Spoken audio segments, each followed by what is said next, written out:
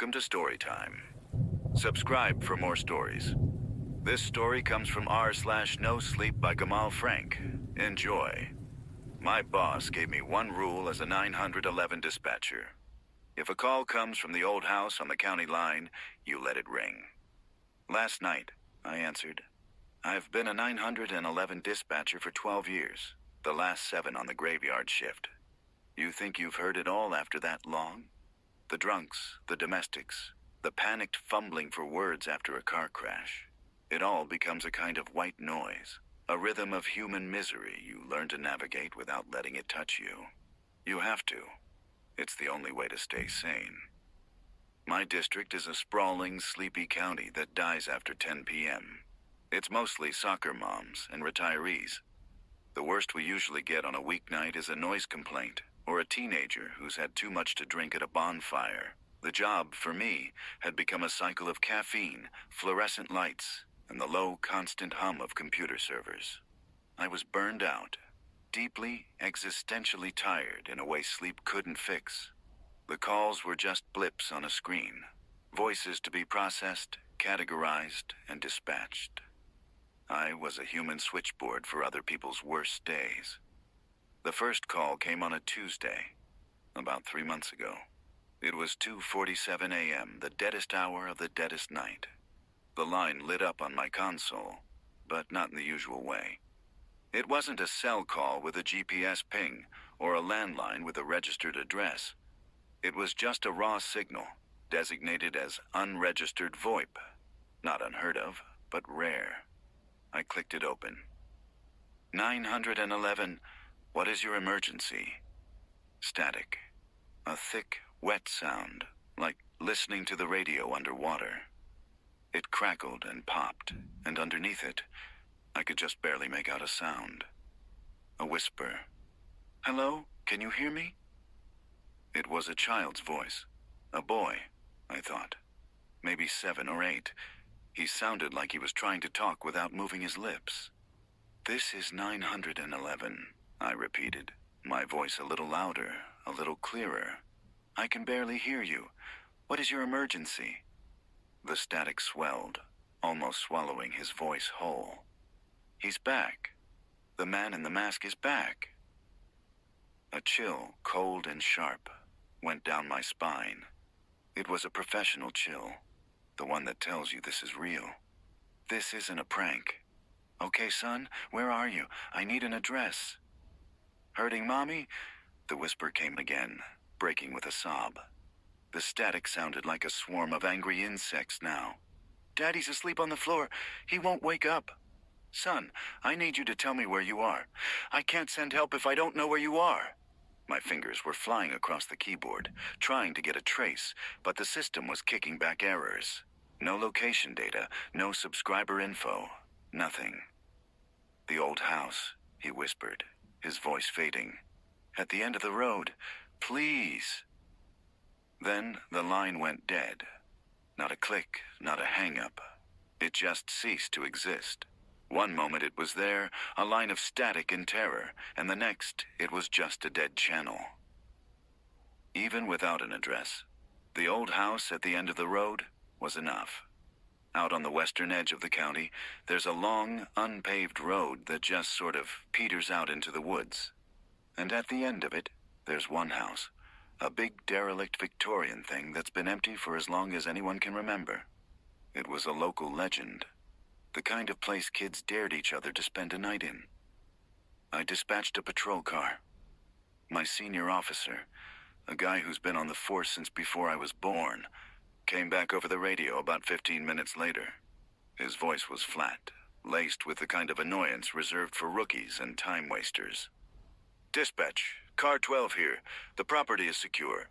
No signs of forced entry. Place is boarded up tighter than a drum. There's nobody here. Hasn't been for 50 years by the looks of it. 10-4, car 12, I said, my own voice betraying none of my confusion. Are you sure? The caller was a child. He said his family was being attacked. There was a sigh over the radio. Listen, the dust on the porch is an inch thick. The boards on the windows are gray and rotted. If someone's in there, they're a ghost. We're clearing the call. Tell whoever's playing games to knock it off. I logged it as unfounded and tried to put it out of my mind. A prank. A sophisticated one, maybe, using some kind of voice changer and a VoIP spoofer. Kids these days. I was too tired to care. A week later, at 2:47 a.m., the same line lit up. The same static. The same terrified, whispering voice. He's in the house. I can hear him walking. This time, I felt a knot of ice form in my stomach. Son, is this the same caller from last week? A choked sob. He has the mask on, the one with the scary smile. Mommy's screaming. Faintly, through the storm of static, I thought I could hear it. A woman's scream, high and thin and distorted, like a sound being played backwards. I'm sending help, I said, my voice tight. Stay on the line with me. Can you hide? In the closet, he whispered. He's coming up the stairs. I can hear his feet. The line went dead. I dispatched 2 cars this time. I told them it was a repeat call, possibly a hostage situation. I didn't want them to be complacent. They took it seriously. They set up a perimeter. They used a bullhorn. They broke down the front door. The result was the same. An empty house, thick, undisturbed layers of dust on every surface.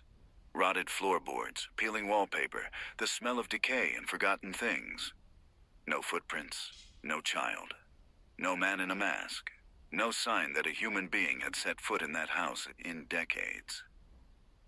My supervisor pulled me aside the next morning. He's a large, patient man who has the weary look of someone who's seen it all twice. He told me to drop it. It's a glitch, he said, not meeting my eye. Some kind of cross-chatter from another jurisdiction, or a recurring electronic echo.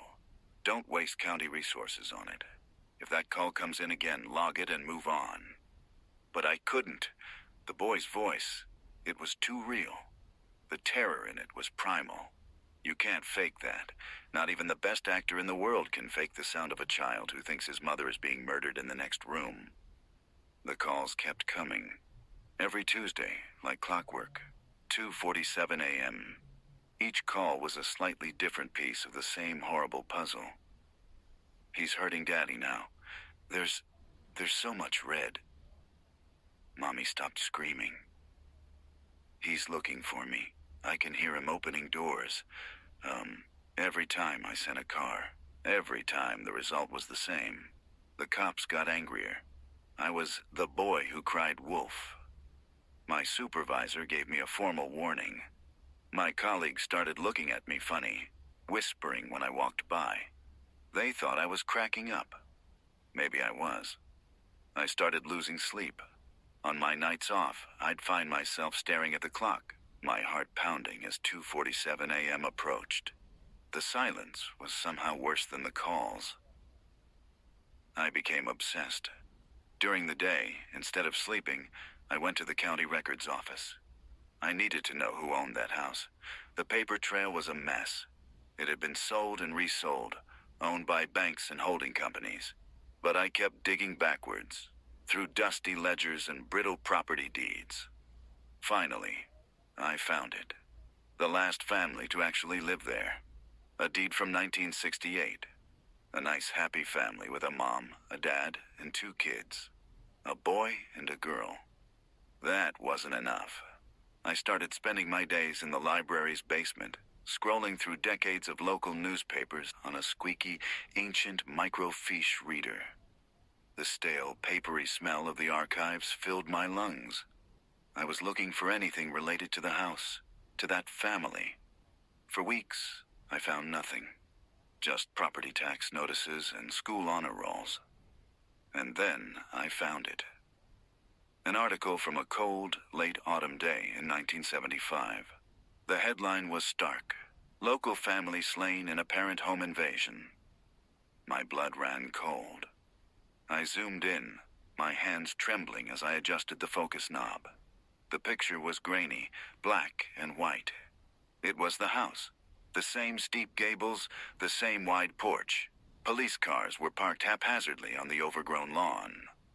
I read the article, my heart hammering against my ribs. A husband, a wife, and their 10-year-old daughter, found dead in their home. The cause of death was extensive. The article was vague, using phrases like brutal force trauma.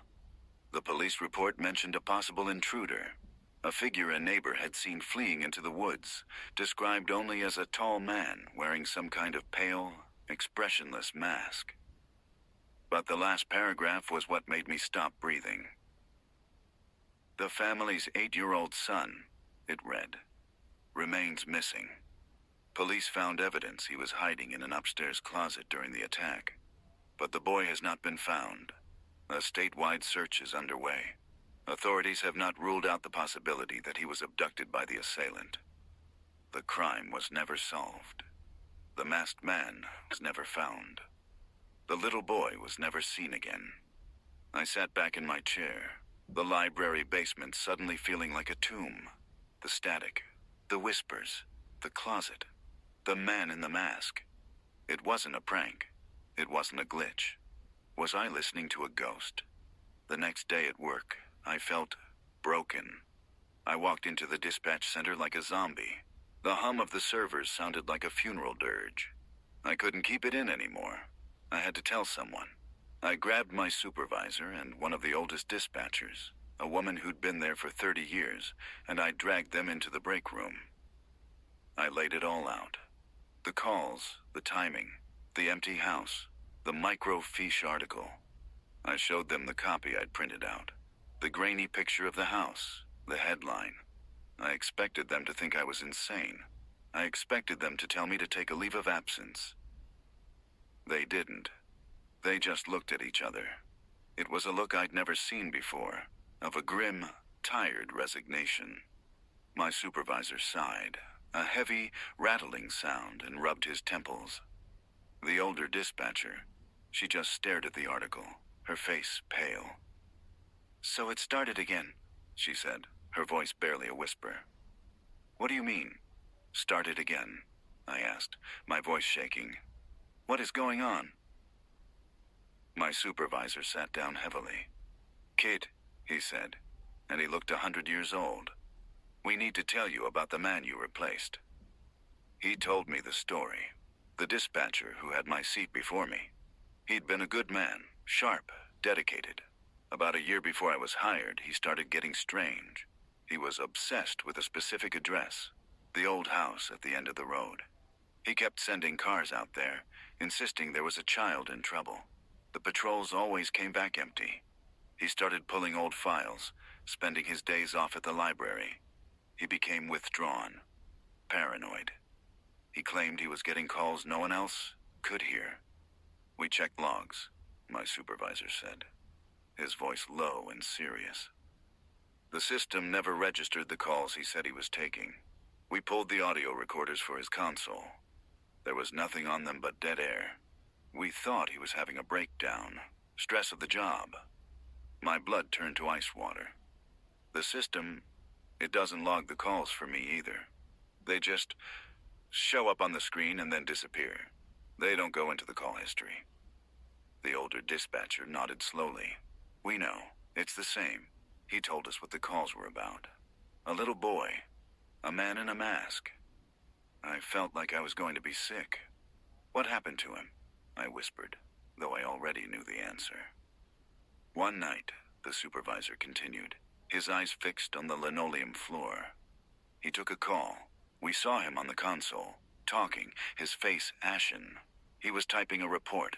Then he just stopped. He stood up, grabbed his jacket and his keys, and walked out without a word. The call was still active on his screen, but none of us could hear anything on it. We just saw the open line." "Where did he go?" "He drove out to the house. His car was found parked on the road the next morning. Engine was cold. Doors were locked. He was gone." The silence in the room was absolute. "We searched," the old dispatcher said, her voice cracking. "The police did a grid search of the entire woods. Dogs, helicopters, the whole 9 yards. They went through that house from the attic to the cellar. They found nothing. No sign of a struggle, no footprints, no him. He just vanished, wiped off the face of the earth. I stared at them, my mind struggling to process what they were telling me. Why didn't you warn me? I stammered. How could we? My supervisor shot back, his voice rising with a frustration that had clearly been festering for years. Hey, new guy, welcome aboard. By the way, this console might be haunted, and the last guy who sat here disappeared. Don't worry about it. You'd have thought we were crazy.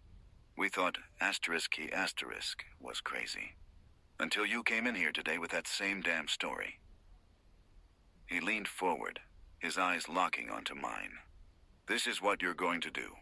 The next time that line rings, you do not answer it. If you answer it by mistake, you hang up immediately. You do not talk to him.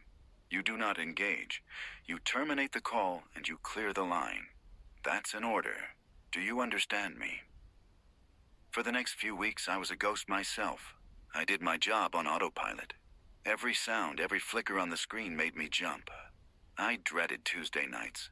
I drank so much coffee I could feel my heart rattling in my chest, just to stay sharp, to stay vigilant. I thought about quitting. I thought about just walking out and never coming back. But where would I go? Then, last night, it happened. It was 2:45 a.m. I was staring at the clock, my knuckles white from gripping the edge of my desk. The minutes ticked by like hours. 2:46. My mouth was dry. My heart was a drum solo in my ears. 2:47. The line lit up. The unregistered VoIP. It felt like a physical blow. I flinched back in my chair. My training, my instincts, every fiber of my being screamed at me to answer it. There was a child in trouble. That was the job. But I remembered the pale, haunted face of my supervisor. The story of the man who had vanished. You terminate the call. I let it ring. Once, twice. The flashing light on the console seemed to sear my retinas. My hand hovered over the button, trembling. I couldn't just ignore it. I had to answer. I had to. I clicked the button. 911. What is your... The static was a roar, louder than it had ever been. It was a physical presence in my ear, a wall of noise. And through it, the boy's voice came, not whispering this time, but screaming. It was a raw, ragged sound of pure agony and terror. He's got me! He's got me, please! He's taking me! Please, sir, don't let him take me! Help me! The sound ripped through my professional detachment and tore right into my soul. This was it, the climax. The moment the boy was taken, replaying for all eternity. My hand flew to the keyboard to dispatch a car, a purely reflexive action born of years of training. But I stopped. My fingers froze over the keys. He's gone. This already happened. It's not real. The boy was sobbing now, his screams turning into choked, gasping pleas. Please, you promised. You said you'd send help. Don't leave me. I felt tears welling up in my eyes. I was a 911 dispatcher. My job was to send help, and I was going to sit here and listen to a child be abducted or murdered and do nothing. I'm sorry, I whispered, my voice thick. I'm so sorry. I reached for the terminate button on my screen. My finger was a millimeter from the glass. This was it. I was choosing to save myself. I was choosing to let him go. And then the screaming stopped. It wasn't a fade out. It was an abrupt cut, as if a switch had been flipped. The roar of the static dropped to a low, sinister hum. The line was still open. Silence. My heart was in my throat. Did I do it? Then a new sound came through the headset. It wasn't the boy. It was a man's voice. A whisper, just as terrified as the child's had been, but older, hoarser. It was distorted by the same underwater static, the same swarm of electronic insects. It was a voice trying to push its way through an impossible distance, through time itself, and it was a voice I felt, deep in my bones, I should have recognized from an old staff photo in the hallway. The whisper was faint, but utterly, terrifyingly clear. He's here. I froze, my finger hovering over the screen. The voice was ragged, desperate, broken. He sees you. Through the line. He's looking right at you. A cold dread, so absolute and profound it felt like death itself, washed over me. I slowly, involuntarily, looked up from my console, across the darkened dispatch center towards the plate glass windows that looked out into the night. There was nothing there but the reflection of my own terrified face in the glass, my skin pale in the glow of the monitors. The whispering in my ear continued, a final, chilling plea from a place beyond hope. Please, get me out of here.